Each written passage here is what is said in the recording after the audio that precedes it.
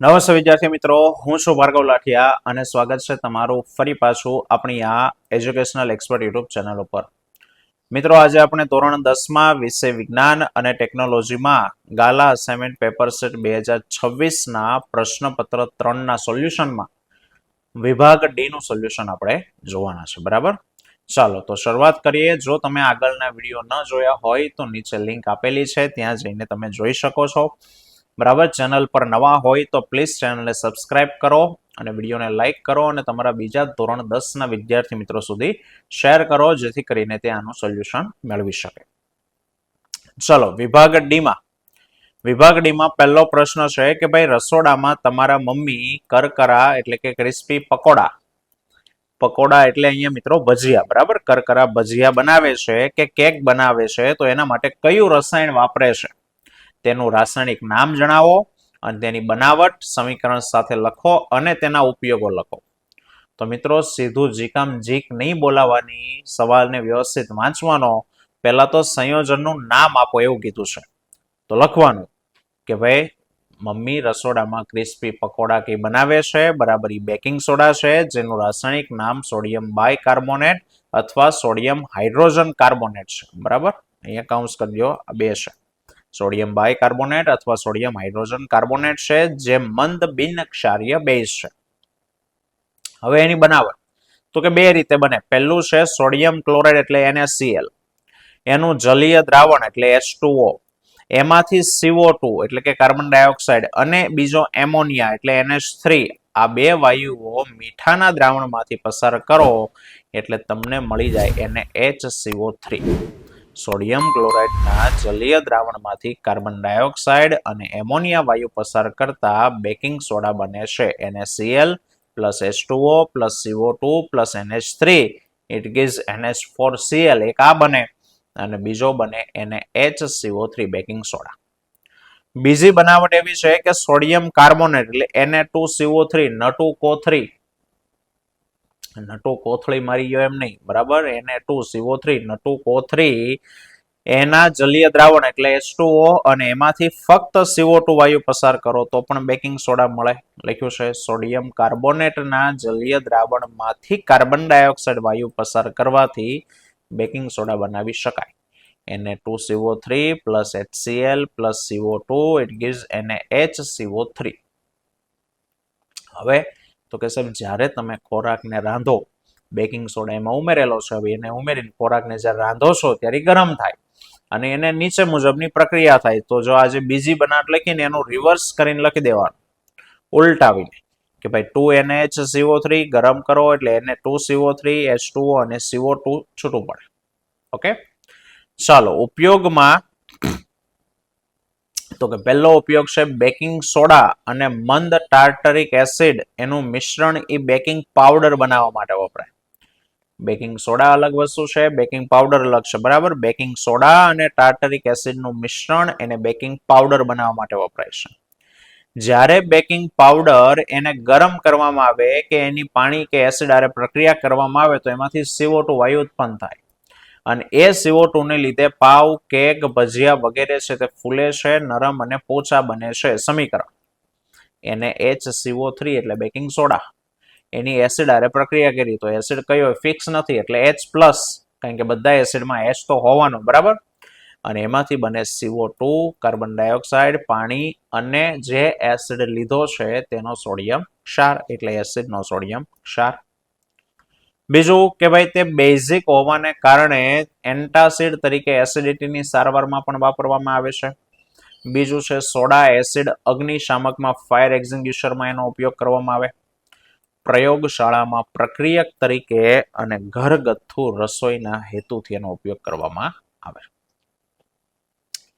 ચાલો, બીજો સવાલ છે કે ભાઈ દાણાદાર ઝિંકની મંદ H2SO4 સલ્ફ્યુરિક, બે વાર થઈ ગયો છે, સલ્ફ્યુરિક એસિડ સાથેની પ્રક્રિયા દર્શાવતા પ્રયોગનું વર્ણન કરો.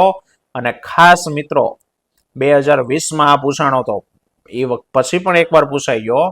અને ઝિંકની સોડિયમ હાઇડ્રોક્સાઇડ સાથેની પ્રક્રિયાનું સમીકરણ લખો. પ્રયોગ ઝિંકની H2SO4 ની પ્રક્રિયાનો પૂછ્યો, પણ સમીકરણ ઝિંકનું NaOH સાથેનું પૂછ્યું. આ ખાસ ભૂલાય નહીં. ચલો પેલા પ્રયોગ. તો પ્રયોગમાં હેતુ એનો એ જ સલ્ફ્યુરિક એસિડની દાણાદાર ઝિંક સાથેની પ્રક્રિયાનો અભ્યાસ કરવો.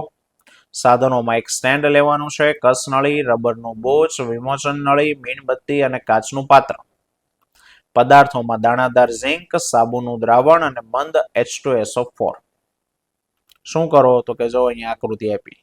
સૌ પ્રથમ એક કસનળી લઈ એની અંદર શું કરવાનું છે તો જો કે છે આકૃતિમાં દર્શાવ્યા પ્રમાણે સાધનોની ગોઠવણી કરો. ત્યારબાદ કસનળીમાં આશરે 5 ml જેટલું H2SO4 લ્યો. તેમાં દાણાદાર ઝિંકના થોડા ટુકડા નાખો અને ઝિંકની સપાટીનું અવલોકન કરો. એવું દેખાશે કે એક વાયુ ઉત્પન્ન થાય. એ વાયુને બીજું એક પાત્ર કે જેમાં સાબુનું તમે દ્રાવણ ભર્યું છે એમાંથી પસાર કરો અને એમાંથી જે પરપોટા બહાર નીકળે એની નજીક સળગતી મીણબત્તી લઈ જાઓ અને શું થાય છે એનું અવલોકન કરો. તો પહેલું અવલોકન કરતા જણાય છે કે ઝિંક ધાતુ એસિડમાંથી હાઇડ્રોજનનું વિસ્થાપન કરે છે. આથી ઝિંકની સપાટી પર વાયુના પરપોટા ઉત્પન્ન થાય.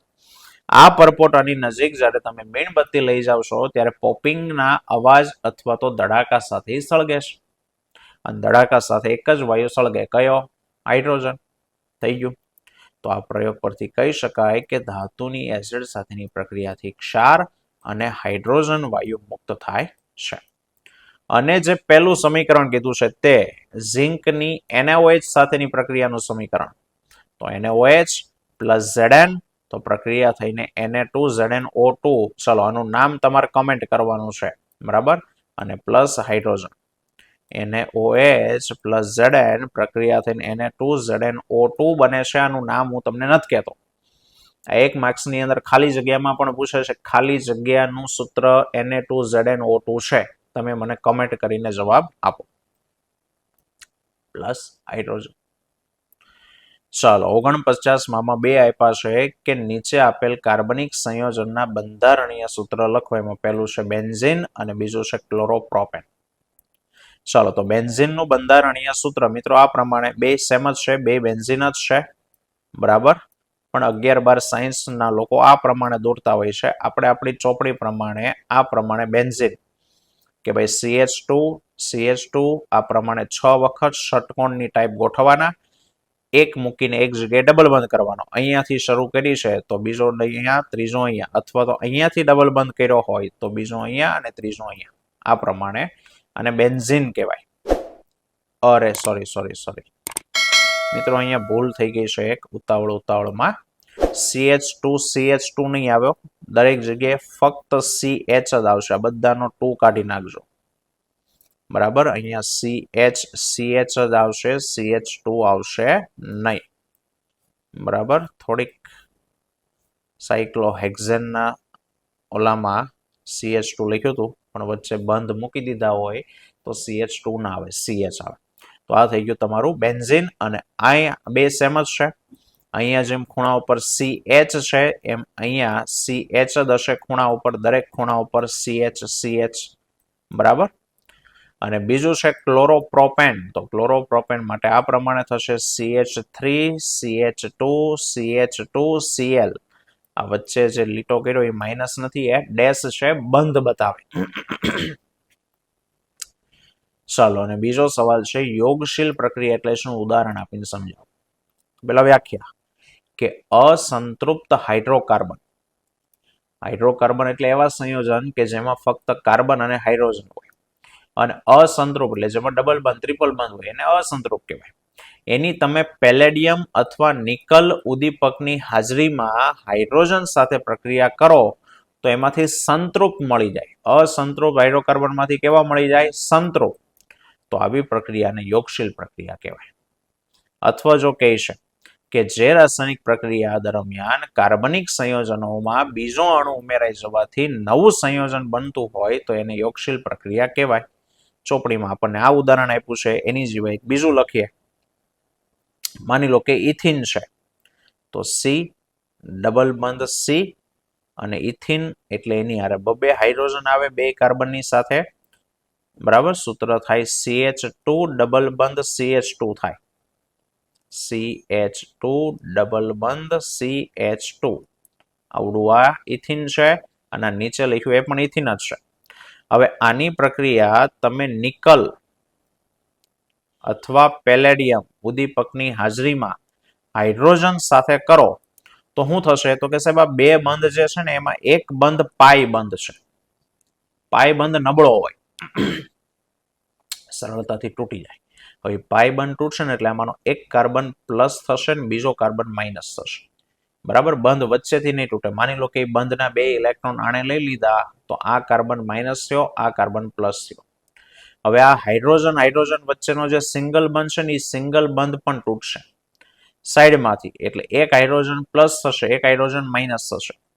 તો જે પ્લસ વાળો હાઇડ્રોજન છે એ આ માઇનસ વાળા કાર્બન આરે જોડાશે અને માઇનસ વાળો હાઇડ્રોજન છે એ પ્લસ વાળા કાર્બન સાથે. તો થશે આવું કે સાહેબ આટલું તો હતું જ,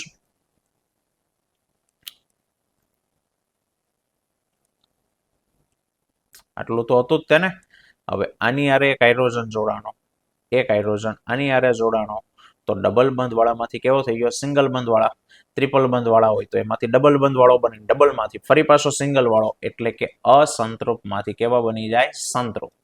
આ પ્રક્રિયાને કહેવાય યોગશીલ. અને આમાં હાઇડ્રોજન ઉમેરાણો એટલે પ્રક્રિયાને હાઇડ્રોજિનેશન પ્રક્રિયા પણ કહેવાય. જો લખ્યું છે સામાન્ય રીતે આવી પ્રક્રિયાનો ઉપયોગ વનસ્પતિ તેલના હાઇડ્રોજિનેશનમાં થાય છે. જે તેલ આપણે ખાઈએ છીએ લાંબી અસંતૃપ્ત કાર્બન શૃંખલા ધરાવે છે, બરાબર. જ્યારે ચરબી એ સંતૃપ્ત કાર્બન શૃંખલા ધરાવતા ફેટી એસિડ છે અને જે સ્વાસ્થ્ય માટે નુકસાનકારક છે, એટલે આપણે તેલ છે એને પસંદ કરવું છે. પ્રાણી ચરબીમાં સંતૃપ્ત ફેટી એસિડ છે જે સ્વાસ્થ્ય માટે નુકસાનકારક છે. આથી ખોરાકને રાંધવા માટે અસંતૃપ્ત ફેટી એસિડ ધરાવતા તેલ પસંદ કરવા જોઈએ. ચાલો 50 છે મનુષ્યના પાચન તંત્રની આકૃતિ દોરો અને નાના આંતરડામાં થતી પાચનની ક્રિયા સમજાવો. તો પહેલું કે ભાઈ નાનું આંતરડું એ પાચન માર્ગનો સૌથી લાંબુ અને ગૂંચળામય અંગ છે. બરાબર, જ્યારે ખોરાક નાના આંતરડામાં આવે છે ત્યારે કાર્બોદિત, પ્રોટીન અને ચરબી એનું પૂરેપૂરું પાચન થઈ જાય છે. જ્યારે ખોરાક નાના આંતરડામાં પ્રવેશે છે ત્યારે યકૃત, સ્વાદુપિંડ અને આંતરગ્રંથિના સ્ત્રાવ એની અંદર ભળે. ચલો એમાં યકૃત, તો કે યકૃતમાંથી પિત્તરસ ઉત્પન્ન થાય છે. પિત્તરસ લીલાશ પડતા પીળા રંગનો હોય અને તે આલ્કલાઇન એટલે કે બેઝિક છે. ખોરાક નાના આંતરડામાં ક્યાંથી આવ્યો છે? જઠરમાંથી. તો તે જઠરમાંથી પ્રવેશેલા એસિડિક ખોરાક એને બેઝિક બનાવે, જેથી કરીને સ્વાદુ રસ એના ઉપર કાર્ય કરી શકે. બરાબર, અને પિત્ત રસમાં પિત્ત ક્ષાર આવેલા હોય છે જે ખોરાકમાં રહેલા ચરબીના મોટા ગોળકોનું નાના ગોળકોમાં રૂપાંતર કરે અને આ ક્રિયા એને તેલોદીકરણ અથવા ઇમલ્સિફિકેશન કહેવાય.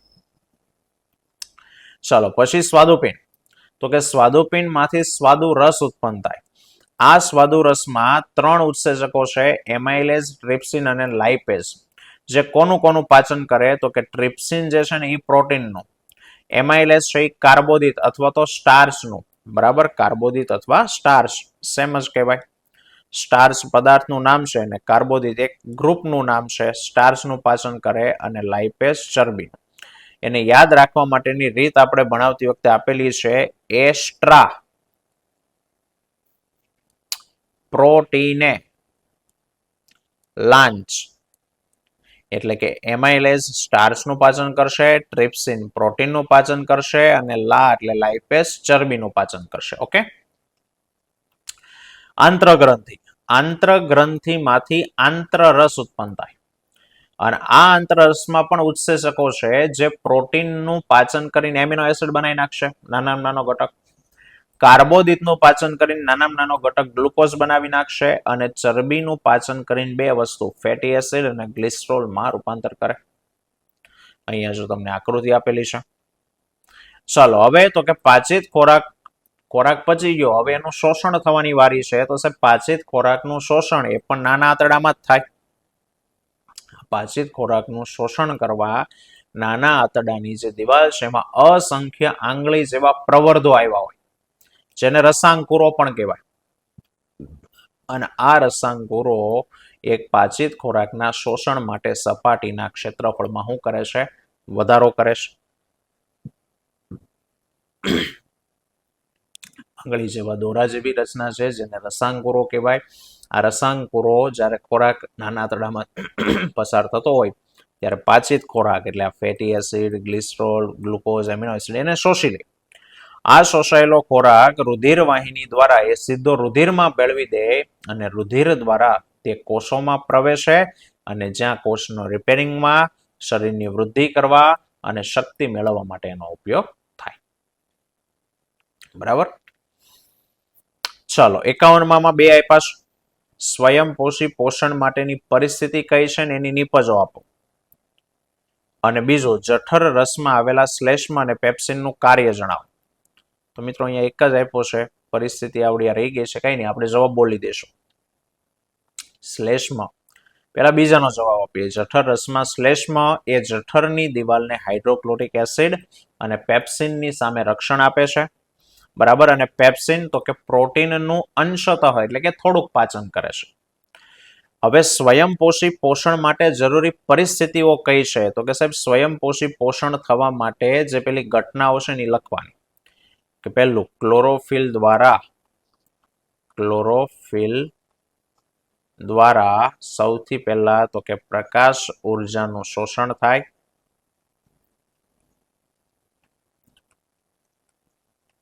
બીજું થાય પ્રકાશ ઉર્જાનું રાસાયણિક ઉર્જામાં રૂપાંતર. પ્રકાશ ઉર્જાનું રાસાયણિક ઉર્જામાં રૂપાંતર થાય અને સાથે સાથે પાણીના અણુનું હાઇડ્રોજન અને ઓક્સિજનમાં વિઘટન થાય. ટૂંકમાં પ્રકાશ સંશ્લેષણની પ્રક્રિયાની ઘટનાઓ લખવાની. અને ત્રીજું થાય કાર્બન ડાયોક્સાઇડનું કાર્બોદિત એટલે ગ્લુકોઝ એમાં રિડક્શન થાય. તો આટલી વસ્તુ થવી જોવે. બરાબર. સૂર્યપ્રકાશ મળવો જોઈએ, ક્લોરોફિલ હોવો જોઈએ, એ મેન પરિસ્થિતિઓ. અને એની નિપજ કઈ છે? તો કે સાહેબ પ્રકાશ સંશ્લેષણને અંતે શું બને? તો કે એક તો ગ્લુકોઝ બને C6H12O6, બીજું મળે ઓક્સિજન અને ત્રીજો મળે પાણી. તો આ એની નિપજ ચોપડીના ઇન્ટેક્સનો સવાલ છે. બરાબર છે.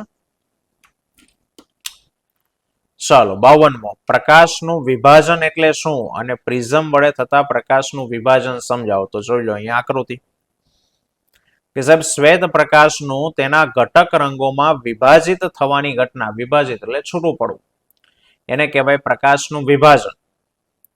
સૂર્યનો શ્વેત પ્રકાશ એ 7 જુદા જુદા રંગમાંથી બનેલો છે. જ્યારે પ્રિઝમની સપાટી ઉપર તમે સફેદ રંગનું ત્રાંસુ કિરણપુંજ આપાત કરો, જોઈ લો આ પ્રિઝમ, એની સપાટી ઉપર આ શ્વેત પ્રકાશનું ત્રાંસુ કિરણ આપાત કરો તો બીજી બાજુ પરથી 7 રંગનો પટ્ટો દેખાય. આકૃતિમાં દેખાય છે પ્રમાણે આ 7 રંગો નીચેથી ઉપર તરફ જાવ એ પ્રમાણે જાંબલી, નીલો, વાદળી, લીલો, પીળો, નારંગી અને રાતો આ ક્રમમાં જોવા મળે, જેને ટૂંકમાં જાનીવાલી પિનારા, અંગ્રેજીમાં વિબગ્યોર તરીકે ઓળખવામાં આવે. અહીં બધા જ છૂટા પડતા રંગો સ્પષ્ટપણે 7 તમને અલગ અલગ ન દેખાય, પરંતુ મિશ્ર હોવા છતાં એમનો ભેદ પારખી શકાય. કેમ સાહેબ 7 અલગ નથી દેખાતા? તો એનું કારણ છે કે આ જે જાંબલી, નીલો અને વાદળી છે ને એ ત્રણેય એકબીજાના શેડ છે. જાંબલી ઘાટો હોય, નીલો એનાથી આછો, વાદળી એનાથી આછો, એટલે તમને એ ત્રણેયનો મિશ્રણનો એક પટ્ટો દેખાય નીચે જાંબલી રંગ. પણ એ નીચે ઘાટો ઉપર જતા આછો થતો જાય. પછી વચ્ચે લીલો અને પીળાનું મિશ્રણ બને, એક પટ્ટો એનો બને લીલો અને પીળો, અને એની ઉપર નારંગી અને રાતો, નારંગી અને રાતો. એટલે એમ જોવા જાવ તો આપણે 3 પટ્ટા જેવું જ દેખાય, પણ એની વચ્ચેનો ભેદ આપણે પારખી શકીએ. સ્પષ્ટ સાથે અલગ દેખાતા નથી. ચાલો 53મો છે ચુંબકીય ક્ષેત્ર અને ક્ષેત્ર રેખાની વ્યાખ્યા આપો. તો ચુંબકીય ક્ષેત્ર કોને કહેવાય?